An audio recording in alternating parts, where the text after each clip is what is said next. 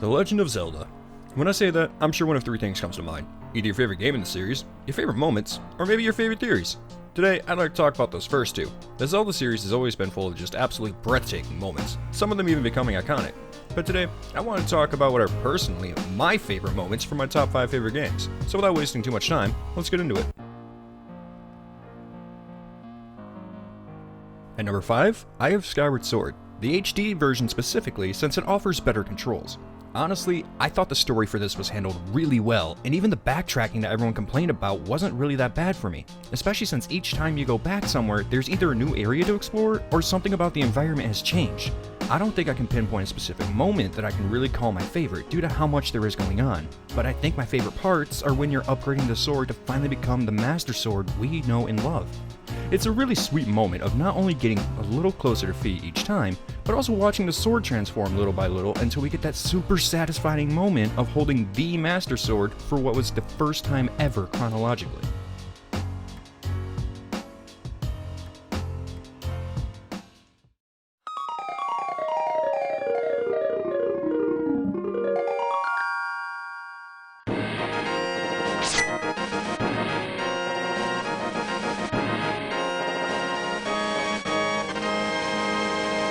At number 4, we have A Link to the Past.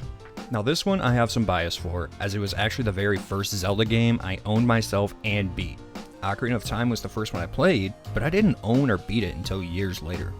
My favorite thing about A Link to the Past is that it was the last true Zelda game. And by that I mean it was the last one for a long time that really put an emphasis on exploration. There was even an essential item that you would never get if you didn't explore the world. The whole two worlds mechanic was also really cool, while at the same time being pretty easy to grasp even for my 7-year-old brain. As far as my favorite moments go, the easy route would probably be pulling the Master Sword because, I mean come on, that's basically where the game really begins and they even make a whole spectacle of it. But for me personally, I think it would be the first time going to the Dark World. This is where you're at your most ready. I mean come on, look at that face. He's ready for battle. No, but seriously, I love this moment because by this point in the game, you have a pretty decent idea of what the world of Hyrule has for you. And then suddenly you're transported to this whole new location where you not only have so much more to explore, but you also have to start finding out how to traverse each world in relation to the other. And I'm a sucker for this kind of stuff.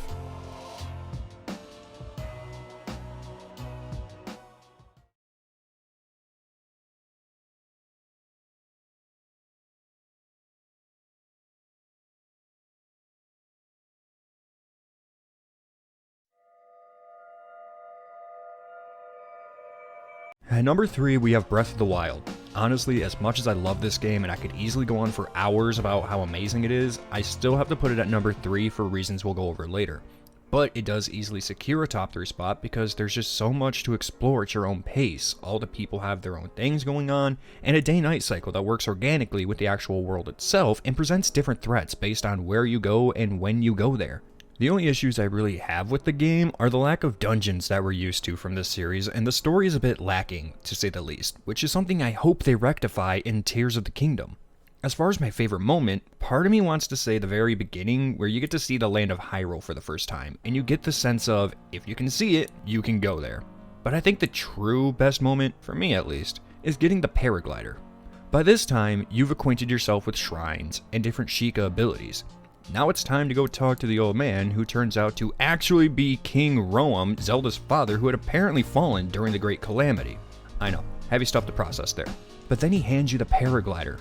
And now that feeling we were talking about earlier of if you can see it, you can go there, becomes a reality as you glide your way down from the plateau into the land of Hyrule.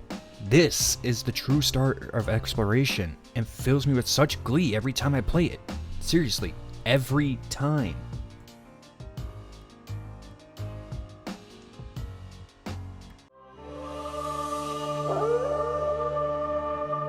At number 2, we have Twilight Princess.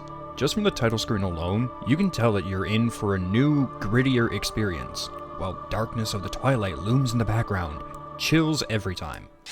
I really like this one because of its darker tones, which can be downright creepy at times, but also its willingness to be a little silly sometimes. This one introduces us to a new Wolf Link, which I mean come on, look at this good boy, how can you tell him no? The wolf parts of this game honestly feel a bit like Okami, which is another game I thoroughly enjoyed as a kid. This game also rewards exploration with all new fighting moves, which if you collect them all, you find out that the person teaching you these moves is none other than the hero of time himself, who is now the hero Shade, who regrets not having passed on these moves to anyone before his untimely death. With so much going on in this game, it's pretty hard to pick a favorite moment, but I think I'm actually going to take the easy route on this one and finally decide to go with pulling the Master Sword. After going through several trials and what was admittedly a rather frustrating puzzle the first few times I had to do it, you finally earn the ability to pull the Master Sword, not only obtaining the iconic blade, but also gaining the ability to transform into a wolf as you please, which really just opened up a whole new world of gameplay options for you so you could continue the way you wanted to.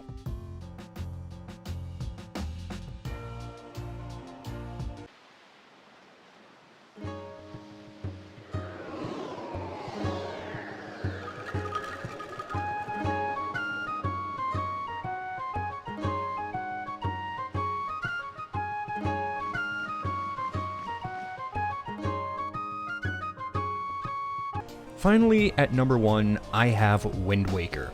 Honestly, I love everything about this game. The art style, the world, the story, there's just so much to love about this game that even as a kid, I never understood why all the hate for it at first. Behind its cutesy art style, it even hid a rather depressing fact that, for all intent and purposes, Hyrule was gone. Each island you go to is what used to be just a mountaintop in the land of Hyrule. The world that we had grown to know and love was gone, lost to the sea in a final attempt to stop Ganondorf from taking over. The characters in this game also feel the most alive, I think, in the entire franchise. Even Link himself gets so many facial expressions that range from joy to fear to just being downright annoyed at someone's existence sometimes. So how do I, in a game with so much to absolutely love and adore, pick a favorite moment? Well, that's easy. It's when I finally get the sail and get to start venturing on my own. I have this vast open sea that I get to explore as much as I want while dealing with obstacles along the way that test my skills as a sailor while also occasionally testing how much I've learned on my adventure and puts my resourcefulness to the test. Oh look, a tornado. I hope I have the bow for this or I'm gonna have to try and figure out where the hell I am when I finally get spit back out somewhere. Oh look, a giant squid. Am I really ready for this, or should I try and escape? There's so much out there in the world, and it all starts with the moment I set sail for the first time. So there, that's not only my top 5 favorite Zelda games, but also my favorite moment from each game. I would also like to remind all of you that this is all purely my opinion, and I'm sure a lot of you have different feelings. So why don't you leave a comment down below with your favorite moment from a Zelda game? If you like this video and want to see more content like this, consider liking and subscribing. I'm new to this part of YouTubing, so expect to see a few different kinds of videos here, including even some theory videos. Until next time friends, I'm Voodoo Johnny here, hoping you all have a wonderful day.